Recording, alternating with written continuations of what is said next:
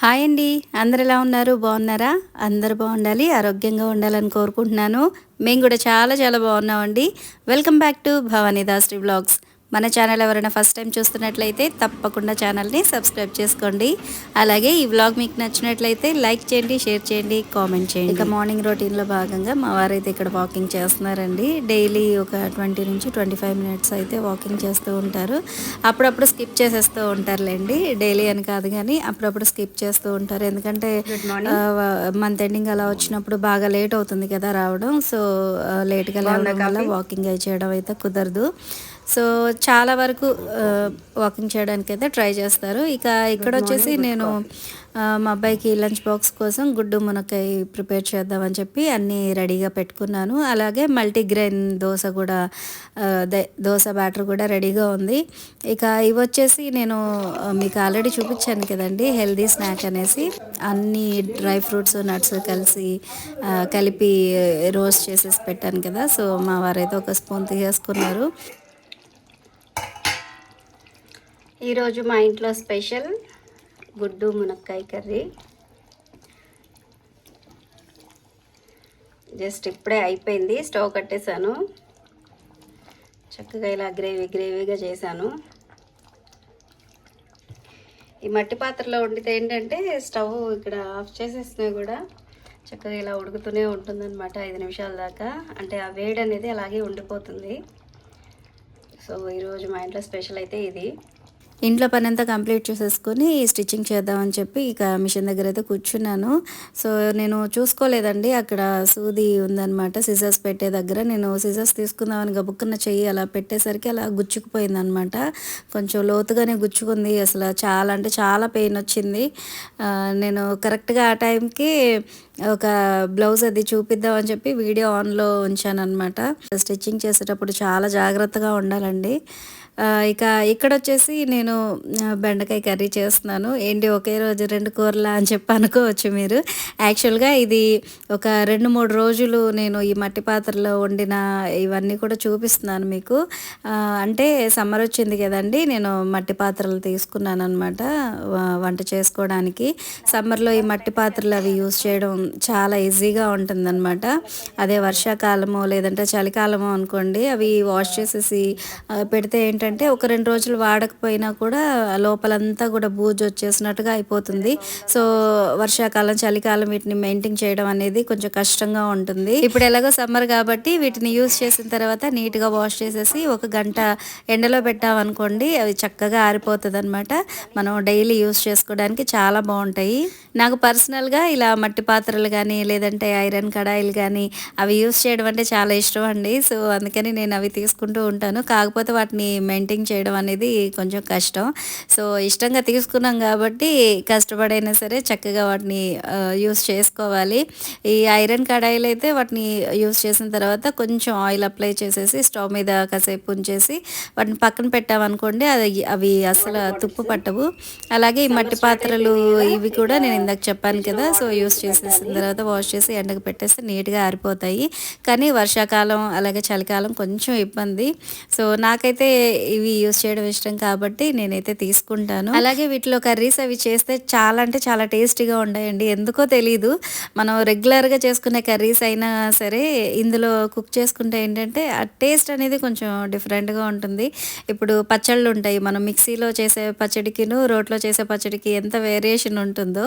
అంటే ప్రాసెస్ అంతా కూడా ఒకటే, కాకపోతే మనం అవి చేసే విధానం అంటే మనం మిక్సీలో వేయడం లేదంటే రోట్లో దంచడం లాంటివి కొంచెం చేంజ్ అవుతాయి కాబట్టి మెథడ్ అనేది చేంజ్ అవుతుంది కాబట్టి ఆ టేస్ట్ అనేది ఆబ్వియస్లీ చాలా చేంజ్ అనిపిస్తుంది, చాలా టేస్టీగా అనిపిస్తుంది. సో అలా అనమాట. ఇక ఇక్కడ వచ్చేసి వాటర్ బాటిల్స్ అన్నీ కూడా క్లీన్ చేసేస్తున్నాను. కొన్ని కొత్తవి కూడా తీసుకున్నానండి వాటర్ బాటిల్స్. సో వాటితో పాటు పాతవి కూడా క్లీన్ చేసేస్తున్నాను. కొద్దిగా సోప్ లిక్విడ్ వేసేసి వాటర్ వేసి అలాగే దాంట్లో కొంచెం సాల్ట్ కూడా వేసేసి కాసేపు అలా పక్కన పెట్టేశాను అనమాట. పెట్టేసిన తర్వాత నేను ఇక్కడ క్లీనింగ్ ప్రాసెస్ అయితే స్టార్ట్ చేశాను. సాల్ట్ లేదంటే మీ దగ్గర ఉంటే వెనిగర్ కూడా వేసుకోవచ్చండి. ఈ రెండు వేసి క్లీన్ చేయడం వల్ల ఏంటంటే లోపల స్మెల్ అనేది ఉండదన్నమాట. అంటే ఇప్పుడు సమ్మర్ వచ్చేస్తుంది కదా, సో ఆ వేడికి లోపలంతా ప్లాస్టిక్ స్మెల్ లాగా వస్తూ ఉంటుంది. అదిగాక కొత్త వాటర్ బాటిల్స్ కూడా కొంచెం స్మెల్ అనేది ఎక్కువగా ఉంటాయి కదా, సో అవి ఫస్ట్ క్లీన్ చేసేటప్పుడు ఏంటంటే కొద్దిగా సాల్ట్, సోప్ లిక్విడ్, అలాగే వెనిగర్, ఈ మూడు కూడా వేసేసి నీట్గా వాష్ చేసుకుంటే స్మెల్ అనేది రాకుండా ఉంటుంది. సో ఇక్కడ ఇవన్నీ చేస్తూ ఉన్నాను. సో ఇంట్లో పనంతా అయిపోయిందిలే, ఇక రెస్ట్ తీసుకుందాం కాసేపు అని అనుకుంటే ఇక ఈ పని గుర్తొచ్చింది అనమాట. ఇప్పుడు కంపల్సరీ అవసరం కాబట్టి ఇక క్లీనింగ్ ప్రాసెస్ అయితే స్టార్ట్ చేసేసాను. మూతలు పెట్టేశాను ఇలాగా. ఇప్పుడైతే వాటర్ నింపేసి ఫ్రిడ్జ్లో పెట్టాలి. ఎండలు స్టార్ట్ అయిపోయినాయండి ఇక్కడ విజయవాడలో. అసలు మామూలుగా విజయవాడ ఎండలు అంటేనే టూ మచ్గా ఉంటాయి. ఇక ఇప్పుడైతే స్టార్ట్ అయిపోయినాయి కదా, ఇంకా జాగ్రత్తగా ఉండాలి. అందరూ కూడా వాటర్ ఎక్కువగా తీసుకోండి, మజ్జిగ కానీ వాటర్ కానీ ఎక్కువగా తీసుకోండి. ఇంట్లో పని అంతా కంప్లీట్ అయిపోయిందండి. ఇప్పుడు స్టిచ్చింగ్ స్టార్ట్ చేస్తున్నాను. సో ఇప్పుడు ఒక 3 బ్లౌజులు ఉన్నాయండి స్టిచ్ చేయడానికి. వాటిలో ఒక 2 బ్లౌజెస్కి అయితే లైనింగ్ లేదు. సో లైనింగ్స్ అయితే తీసుకుంటున్నాను ఇక్కడ. ఇది వచ్చేసి సిల్క్ క్లాత్, అలాగే కలంకారీ మోడల్ అనమాట. చూడ్డానికి కలంకారీ శారీలా ఉంటుంది, కాకపోతే ఫ్యాబ్రిక్ వచ్చేసి సిల్క్ అనమాట. సో వీటన్నిటికీ అంటే రెండేలేండి, ఈ రెండింటికి మ్యాచింగ్ లైనింగ్ క్లాత్, అలాగే ఈ ఫాల్స్ అయితే తీసుకున్నాను. సో కటింగ్ అంతా అయిపోయిందండి, స్టిచ్చింగ్ చేయాలి. సో కటింగే కొద్దిగా లేట్ అవుతుంది నాకు. ఆ కటింగ్ ప్రాసెస్ ఎందుకు లేట్ చేస్తాను నాకు ఏంటో తెలియదు, కానీ స్టిచ్చింగ్ అయితే చాలా ఫాస్ట్గా స్టిచ్ చేసేస్తాను, కానీ కటింగ్ అనేది కొంచెం డిలే చేస్తూ ఉంటాను. ఏం చేస్తున్నావు? దొండకాయ ఫ్రై చేద్దామని చెప్పి దొండకాయలు కట్ చేసేసి ఉప్పు పసుపు వేసేసి వాటిని గట్టిగా మ్యాష్ చేస్తూ ఉన్నాను. అయితే మా వారు వచ్చి ఏం చేస్తున్నావు అని చెప్పని అడుగుతున్నారు అనమాట. అంటే చెప్తున్నాను దొండకాయ ఫ్రై చేద్దామని చెప్పి ఇలా చేస్తున్నాను అంటే, ఎందుకు ఇలా చేయడం అని చెప్పని అడుగుతున్నారు. మిరియాల రసం రేపు మళ్ళీ పొద్దున్నే కట్ చేయాలంటే లేట్ అవుతుంది కదా, అసలే దొండకాయ రోజులు కట్ చేయాలి. అందుకే ముందు రోజు ఇట్లా కట్ చేసేసి వీటిని వాష్ చేసి ఫ్రిడ్జ్లో పెట్టేస్తా, రేపు పొద్దున్నే వండేయచ్చు. వేరే కూరగాయలన్నీ అప్పటికప్పుడు కట్ చేసుకోవచ్చు, కానీ వద్దంటే తెస్తావు కదా.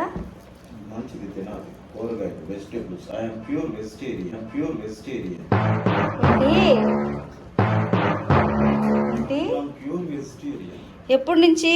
మా దీక్షితులాగా ఇప్పటి నుంచే అంటావా? వారానికి జస్ట్ 7 రోజులు మాత్రమే తింటారా?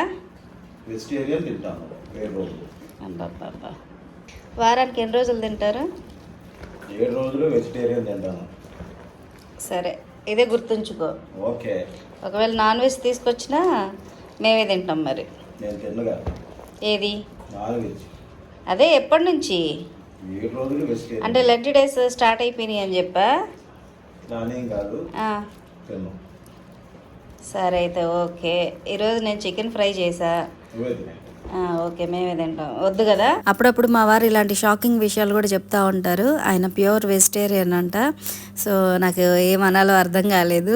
మా పెళ్ళైన కొత్తల్లో అయితే డైలీ నాన్ వెజ్ వండుతూ ఉండేవాళ్ళు అనమాట మా అత్తయ్య.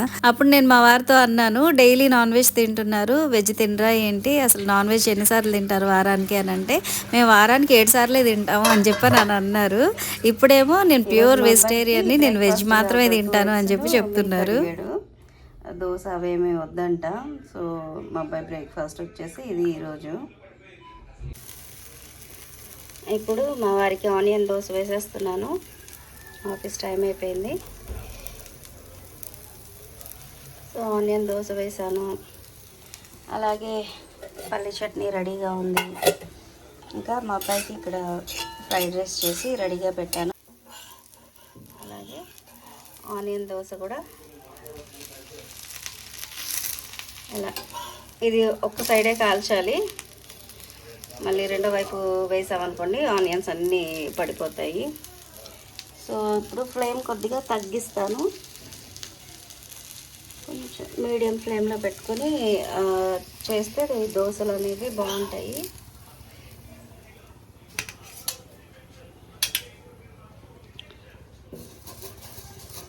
ఆనియన్ రుద్దేసి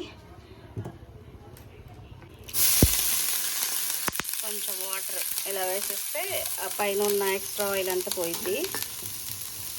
దోశ ముడతలు ముడతలుగా రాకుండా నీట్గా వస్తుంది.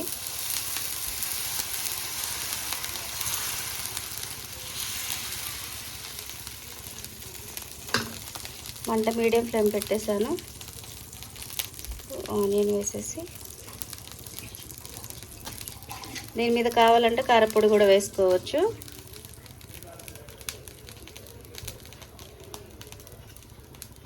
ఈ ఆనియన్ అంతా ఇలా సెట్ చేసి మీడియం ఫ్లేమ్లో కాల్చుకోవాలి.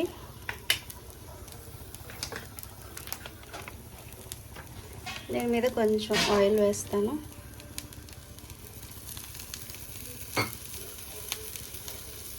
హాయ్ ఫ్రెండ్స్, అంత ఆయిల్గా ఉంది ప్లేట్. ఇంట్రడక్షన్ ఇస్తారా? ఒక ప్లేట్ తీసుకోండి. ఇంట్రడక్షన్. ఆ ప్లేట్లో తిన్నా ఇంకో ప్లేట్ తీసుకోండి. ఇంట్రడక్షన్. హాయ్ అండి, అందరు ఎలా ఉన్నారు? బాగున్నారా? బాగున్నావు. బాగున్నావు చూసామమ్మా. కాదు, మొన్న అది కుకింగ్ వీడియో ఉంది కదా, అయితే షాజీరా అంటే షాజీరానా, అదేం జీరా అంటుందంట. మన ఛానల్ ఆల్రెడీ చూసిన, అదే సబ్స్క్రైబ్ చేసుకోండి అని అంటే ఆల్రెడీ చేసేసామమ్మా. సెటైర్లు వేస్తూ ఉంటుందంట వీడియో చూసినంతసేపు. టేస్ట్ చాలా బాగుంటుందంటే బాగుంటుందమ్మా. మామూలుగా ఉండదు అనమాట మా కోడలతో.